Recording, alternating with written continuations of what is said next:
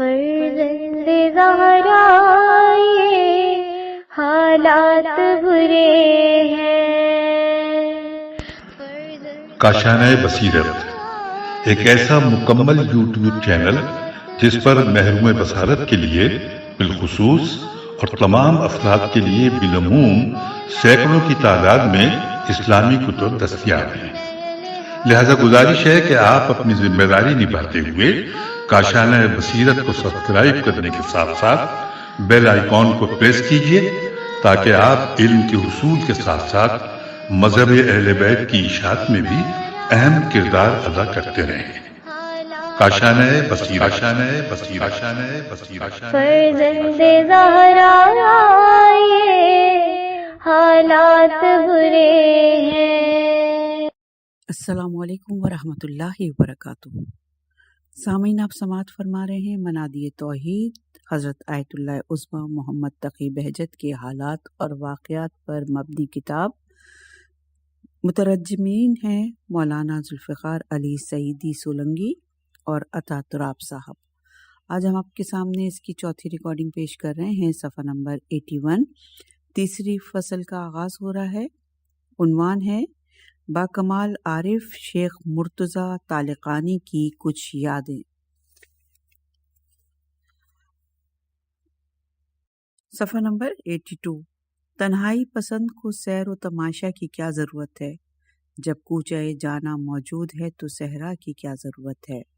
اس شعر سے آغاز ہوتا ہے یہاں پر۔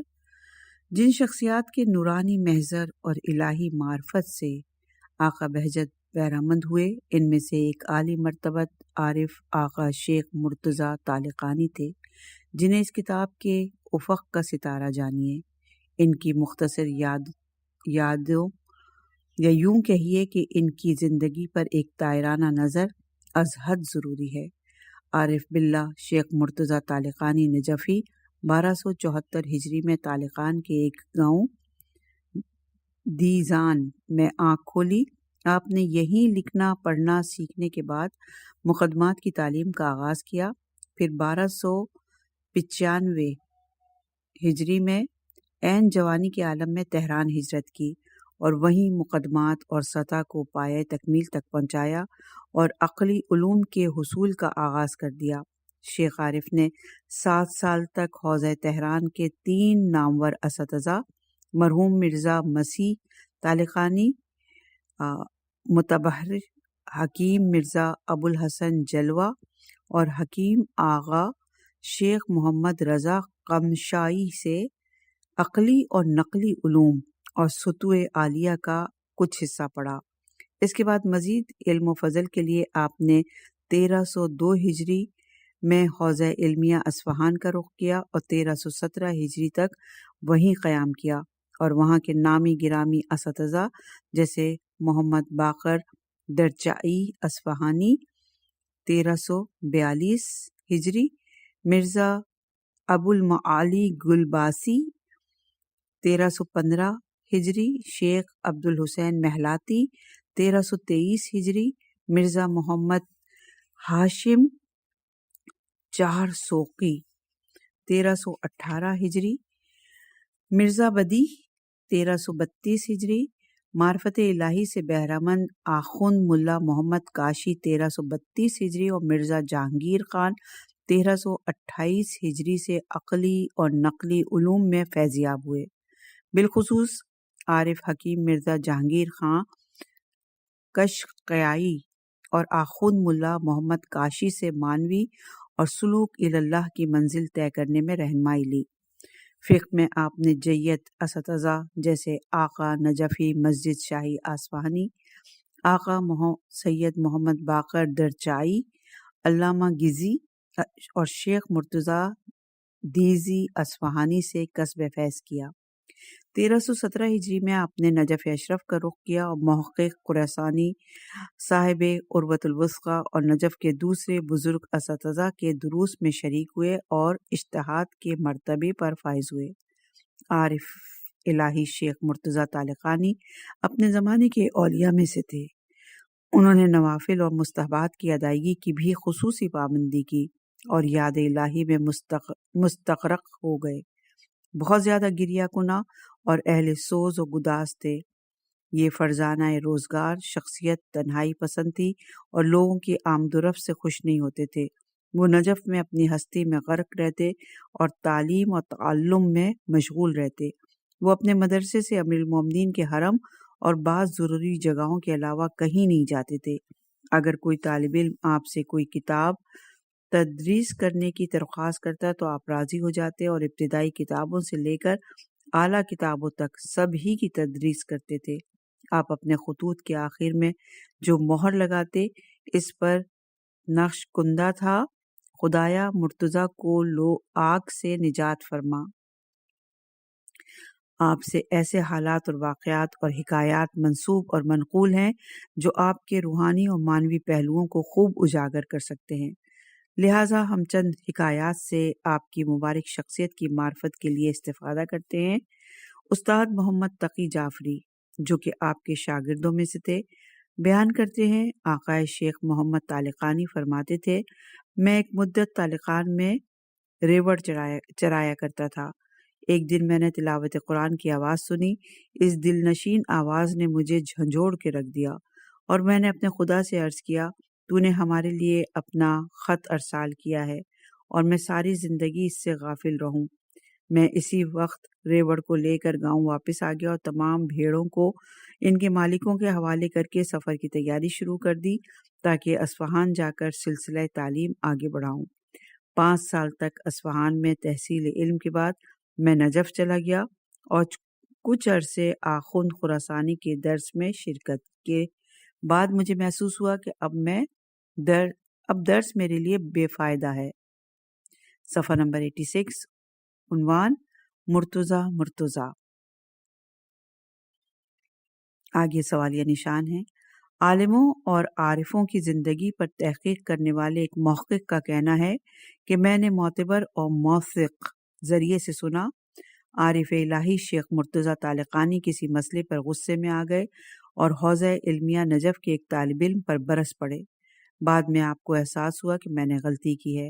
آپ روئے اور اپنے آپ کے زجر اور توبیخ کرتے ہوئے کہنے لگے، مرتضیٰ سگ ہو گیا، یعنی بریکٹ میں کتا لکھا ہے، مرتضیٰ سگ ہو گیا، اور آپ بلک بلک کر روتے رہے۔ سورہ صافات کی آیت نمبر 61 میں ارشاد ہوتا ہے، عمل کرنے والوں کو ایسی ہی کامیابی کے لیے عمل کرنا چاہیے۔ اسی طرح سورہ مطففین میں ہے ارشاد، اور سبقت کرنے والوں کو اس امر میں سبقت کرنی چاہیے۔ صفحہ نمبر 86، عنوان درس ختم ہو گیا، میں مسافر ہوں۔ الہی فلسفی مرحوم علامہ جعفری فرماتے ہیں، یہ اس وقت کی بات ہے جب میں آقا شیخ طالقانی کے پاس اسفار پڑھتا تھا۔ ماہ محرم کے آنے میں ابھی 2 دن رہتے تھے اور حوزہ علمیہ نجف میں محرم کے پہلے عشرے میں چھٹیاں ہوتی تھیں اور علماء کرام معارف اور احکام الہی کی تبلیغ اور سید الشہداء علیہ السلام کی عزاداری کے لیے دوسرے علاقوں میں جاتے تھے۔ میں جب درس کے لیے ان کی خدمت میں پہنچا تو انہوں نے فرمایا، اٹھیں اور جائیں، کیوں آئے ہیں آپ؟ میں نے کہا، درس کے لیے آیا ہوں۔ انہوں نے فرمایا، درس ختم ہو گیا ہے۔ مجھے شک گزرا کہ بزرگوار سمجھ رہے ہیں کہ میں ماہ محرم شروع ہو گیا ہے اور درسی ایام ختم ہو گئے، اس لیے کہہ رہے ہیں کہ جاؤ۔ لہٰذا میں نے عرض کیا، ابھی چھٹیاں نہیں ہوئی، محرم میں 2 دن باقی ہیں۔ آقا شیخ طالقانی فرماتے ہیں، میں جانتا ہوں، میں مسافر ہوں۔ مسافر طالقانی کا خرچ چلا گیا ہے، اس کا پالان رہ گیا ہے، روح چلی گئی ہے، اس کا جسم رہتا ہے۔ لا الہ الا اللہ، اور اسی عالم میں آپ کی آنکھوں سے اشک جاری ہو گئے۔ تب جا کر مجھے سمجھ آئی کہ آپ اپنی رحلت کی خبر دے رہے ہیں، درحالانکہ آپ کو جسمن یا روحن کوئی مسئلہ نہیں تھا اور آپ دونوں لحاظ سے تندرست تھے۔ لہٰذا میں نے عرض کیا، مجھ سے کچھ کہیے۔ آپ نے فرمایا، شاباش، اب آپ سمجھے ہیں، اب آپ سمجھ گئے ہیں۔ پھر آپ نے یہ شعر پڑھا اور ایک بار پھر آپ نے لا الہ کا ورد کیا اور آپ کے چہرے سے عجیب طرح کی نورانیت جھلک رہی تھی۔ اس واقعے کے ٹھیک 2 روز بعد سید محمد کاظم یزدی کے مدرسے میں آپ کی رحلت کی خبر ملتی ہے۔ جی ہاں، ہوا اور حوث سے آزاد، وابستہ حق اور معرفت الہی کے حامل انسانوں کی گفتار اور رفتار بلکہ ساری زندگی انسان ساز نقطوں اور معرفت کے موتیوں سے پر ہوتی ہے، اور ان موتیوں اور نقطوں کا سرچشمہ ان کا مبارک وجود ہوتا ہے۔ دیکھیے کہ یہ بزرگ عارف اپنی پہلی تعبیر میں کس عاجزی کا اظہار کرتے ہیں اور اپنے جسم اور روح کو کن چیزوں سے تشبیہ دیتے ہیں۔ کہتے ہیں میرے جسم کی خاک میرے روح کے چہرے کا پردہ ہے، وہ لمحہ مبارک ہوگا جب اپنے چہرے سے پردہ ہٹاؤں گا۔ میرے جیسے خوش الحان کے لیے یہ قفس مناسب نہیں، مجھے باغ جنت میں جانا چاہیے کہ میں وہاں کا پرندہ ہوں۔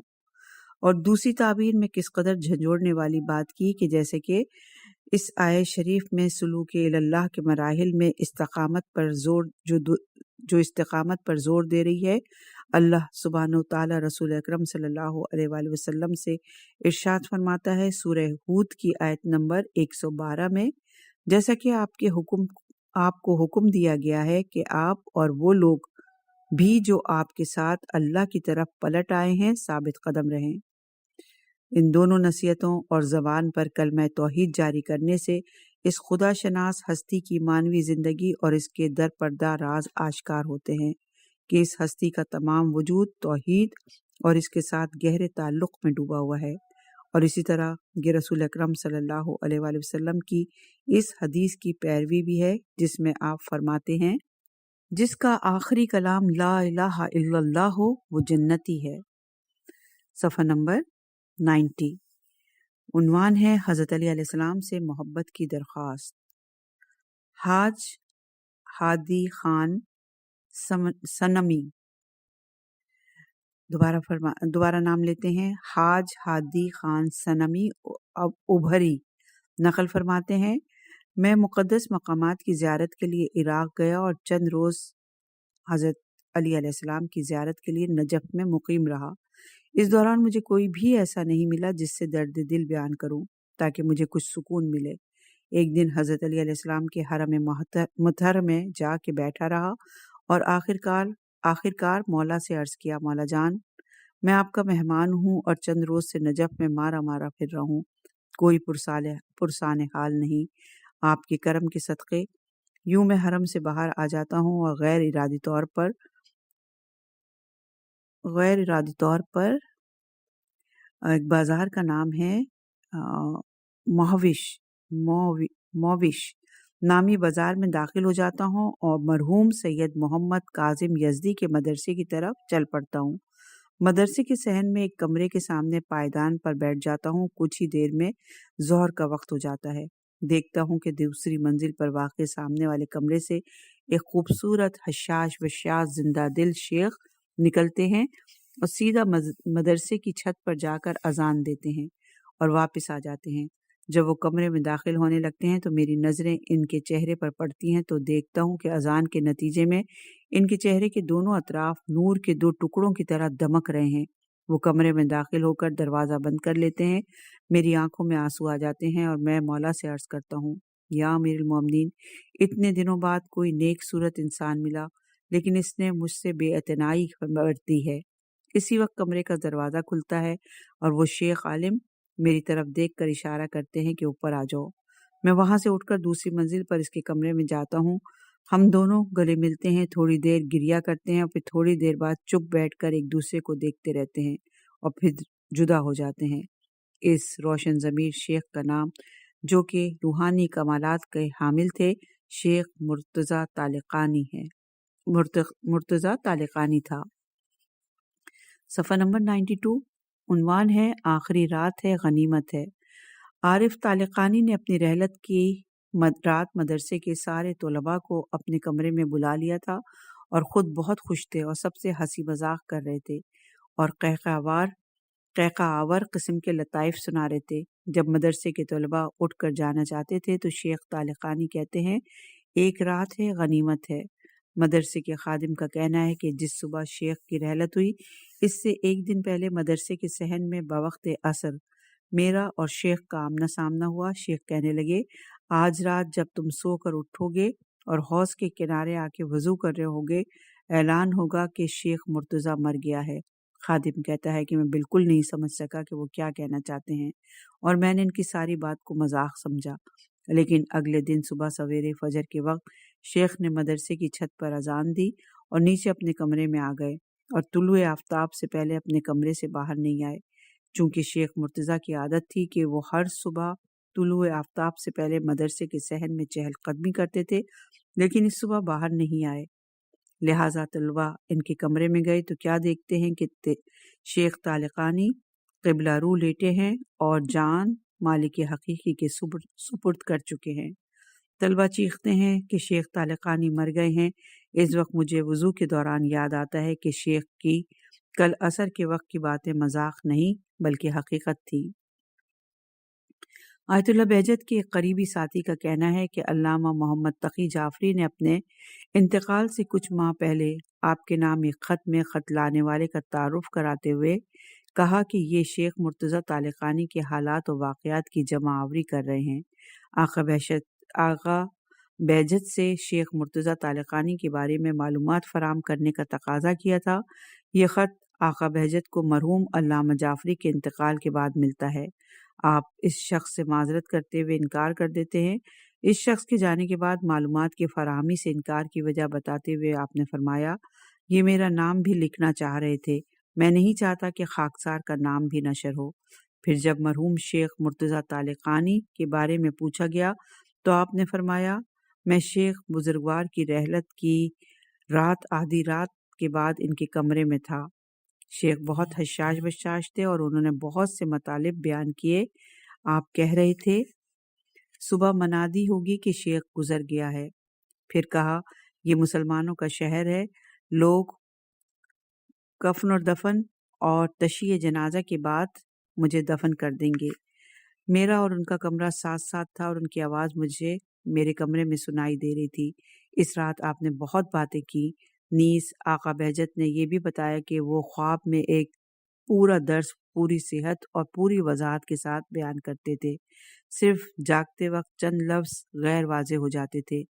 یکم محرم 1363 ہجری میں اس عارف الہی کا انتقال ہوا اور یہ پارسا ہستی 89 سال کی عمر میں خالق حقیقی سے جا ملی اور انہیں حضرت علی علیہ السلام کے حرم کے صحن میں دفنایا گیا۔ یہاں حاشیے میں درج ہے کہ جو سامعین اس عظیم عارف کے مزید حالات زندگی جاننا چاہتے ہیں وہ آغا عادل مولائی کی تحریر کردہ کتاب رازدار خلوت نشین کی طرف رجوع کریں۔ صفحہ نمبر 95 ہے۔ چوتھی فصل کا آغاز ہوتا ہے، حکیم عارف آیت اللہ غروی اصفہانی کی چند یادیں۔ شعر ہے یہاں پر، جس سالک نے شراب خانے کی گلی ڈھونڈ لی، اس نے کسی اور دروازے کو تباہی سمجھا۔ جو شخص شراب خانے کے دروازے پر پہنچ گیا، اس پر شراب کے جام سے خانقاہ کے راز فاش ہو گئے۔ صفحہ نمبر 97، عنوان تو یہاں نہیں ہے، شروع ہو رہی ہے، آیت اللہ غروی اصفہانی آیت اللہ بہجت کے اہم اساتذہ میں سے ہیں۔ انہوں نے اس کتاب میں اس خاک نشین ملکوتی شخصیت کی بابرکت زندگی پر ایک طائرانہ نگاہ مفید سے ڈالی ہے کہ عظیم فقیہ، ماہر اصول اور فلسفہ آیت اللہ حاج شیخ محمد حسین اصفہانی نجفی، جو کمپانی کے نام سے مشہور ہیں، انہوں نے 2 محرم 1296 ہجری میں حاج محمد حسن معین التجار کے گھر میں آنکھ کھولی۔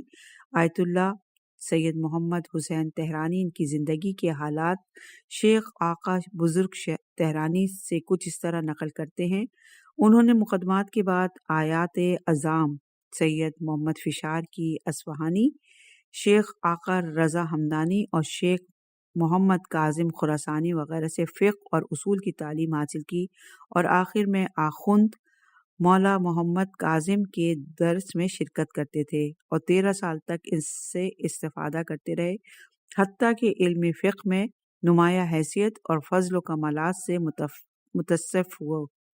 متصف ہو گئے۔ انہوں نے حکمت اور فلسفے کی تعلیم نجف کے معروف فلسفی آیت اللہ آقا مرزا محمد باقر استحبہ استحباناتی سے حاصل کی۔ فلسفے میں وہ زبان زد عام و خاص تھے اور اس علم کی مضبوطی اور استحکام میں انہیں اپنے زمانے کا یکتائے روزگار سمجھا جاتا تھا۔ اس کے علاوہ علم کلام، تفسیر، تاریخ عرفان اور ادب میں متعبر اور نامور تھے۔ عربی اور فارسی دونوں زبانوں کی نظم اور نثر میں انہوں نے خوب جوہر دکھائے اور اپنے عہد کے نابغہ روزگار کی جمع میں سے تھے اور اوصاف حمیدہ سے معمور اور الہی عنایات میں پوری طرح گھرے ہوئے تھے۔ آپ اپنے استاد آخوند کی رحلت کے بعد نجف اشرف میں نمایاں چہرے کے ساتھ نمودار ہوئے۔ بہت سے طلباء آپ کے ارد گرد جمع ہو گئے اور آپ نے فقہ اور اصول کی تدریس میں ایک مستند حیثیت اختیار کر لی۔ آپ نجف کے علماء کی نظروں میں معزز اور محترم قرار پائے۔ سبھی آپ کی جامعیت کے بارے میں مثبت رائے رکھتے تھے۔ آپ کے درس میں فضلاء اور اہل کمال کی بھیڑ ہوتی تھی، کیونکہ آپ کی فقہ اور اصول اور ان سے بڑھ کر فلسفے میں بہت مضبوط تربیت اور ریاضت تھی۔ آپ زیادہ تر فلسفے اور حکمت پڑھاتے تھے، کیونکہ اس علم میں آپ بہت مستحکم اور استوار تھے، بلکہ اپنے ماحصرین پر برتری اور فوقیت رکھتے تھے۔ آپ علم کی نشر اور اشاعت میں مگن رہے اور طلباء آپ کے گرد پروانہ وار جمع ہوتے رہے۔ آپ نے فقہ، اصول فقہ اور حکمت اور فلسفے میں دقیق اور گراں نمایاں کتابیں لکھیں، جن میں سے فلسفہ عالیہ کے بارے میں آپ کی کتاب منظومہ بھی ہے۔ اور پھر ایک دن آپ پر سکتہ طاری ہو گیا، علاج معالجے سے آپ کی طبیعت بہتر ہو گئی، پھر اچانک آپ داعیے اجل کو لبیک کہتے ہوئے اس دنیا سے کوچ کر گئے۔ یہ بات بھی قابل ذکر ہے کہ آپ کا درس بہت پرمغز اور مشکل ہوتا تھا، اتنا مشکل کہ صرف فاضل اور لائق طلباء کے لیے قابل استفادہ ہوتا تھا۔ اس طرح دوسرے اساتذہ کے مدارس دینی طلاب سے بھر جاتے تھے، لیکن آپ کے مدرسے میں گنے چنے قابل طلباء ہی باقاعدگی سے آتے تھے۔ یہ طلباء انگلیوں پر گنے جا سکتے تھے، اور یہ درس پڑھانے والے کمرے کی در و دیوار سے الگ لگ کر بیٹھتے تھے۔ مثال کے طور پر دوسرے اساتذہ کا دورہ اصول 4 سے 7 سال میں اختتام پذیر ہوتا تھا، لیکن آپ کا دورہ اصول 14 سال تک جاری رہتا تھا، اور آپ کا اصول کا دورہ جدید الاصول النہج الحدیث اس کے علاوہ ہے، جس میں آپ اصول کو زیر و زبر کرنے اور اس کی اثر نو تدوین میں مشغول تھے کہ آپ کی عمر نے آپ سے وفا نہ کی۔ الغرض قضائے الہی یہی تھی کہ جب طلباء کا اس بزرگ سے کسب فیض کرنے اور ان کے علم سے بہرہ مند ہونے کا صحیح وقت آیا تو اچانک اس ہستی نے دنیا سے منہ موڑ لیا۔ اس ہستی کے پرملال انتقال سے حوزہ علمیہ نجف میں ایک ایسا خلا پیدا ہوا جسے آسانی سے محسوس کیا جا سکتا تھا۔ انتقال کے وقت آپ کی عمر 65 برس سے زیادہ نہیں تھی، اور آپ کا انتقال بزرگ استاد، دقیق النظر اصولی اور نامور فقیہ مرحوم آیت اللہ ضیاء الدین عراقی کے انتقال کے 1 ہفتے بعد واقع ہوا۔ آیت اللہ عراقی کا انتقال 28 ذی القعدہ 1361 ہجری میں ہوا، اور یہ آیت اللہ اصفہانی کے انتقال سے ٹھیک 1 ہفتے پہلے کی تاریخ ہے۔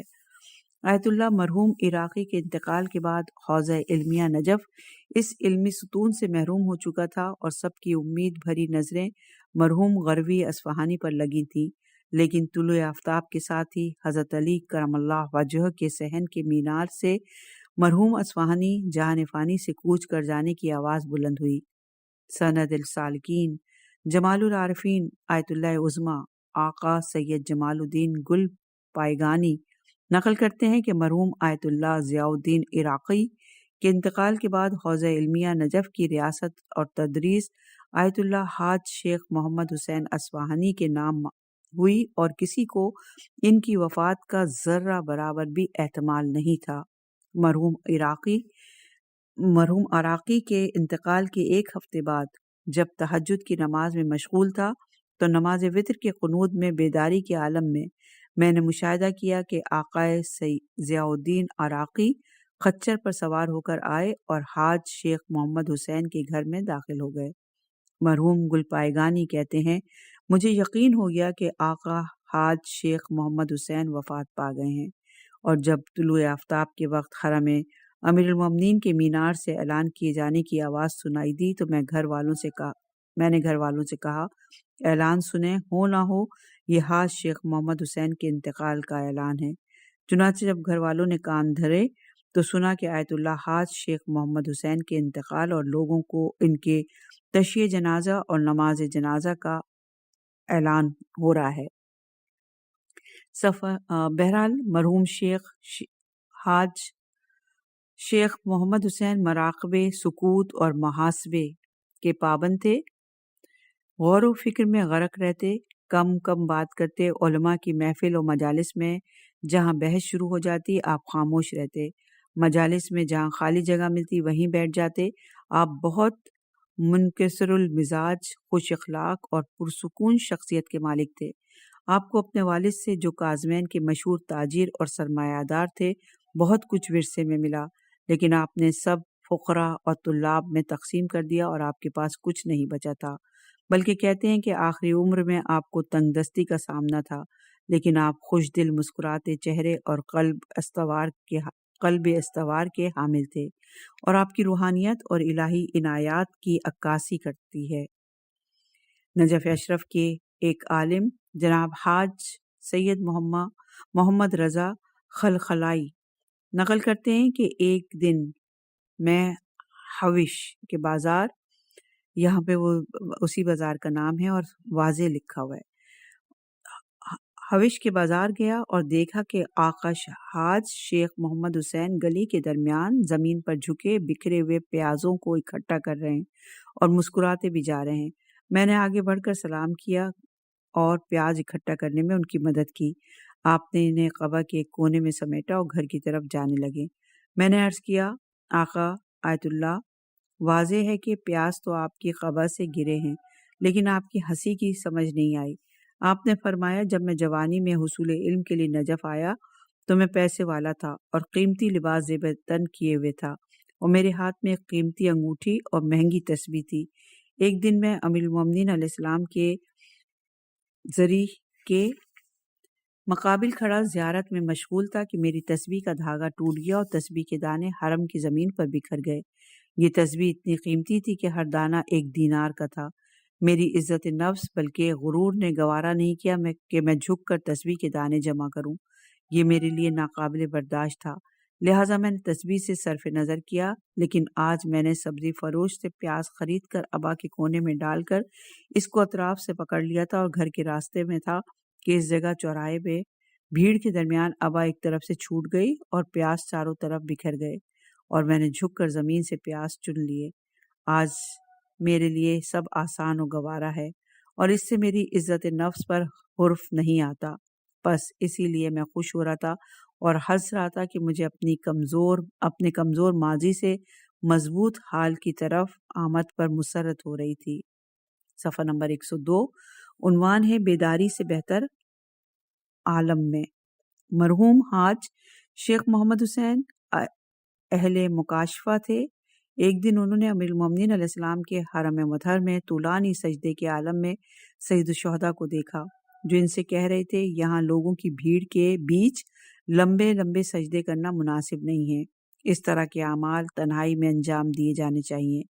آقا بہجت کے قریبی ساتھی کہتے ہیں کہ ان کے ایک شاگرد نے ان سے پوچھا خواب یا بیداری کے عالم میں؟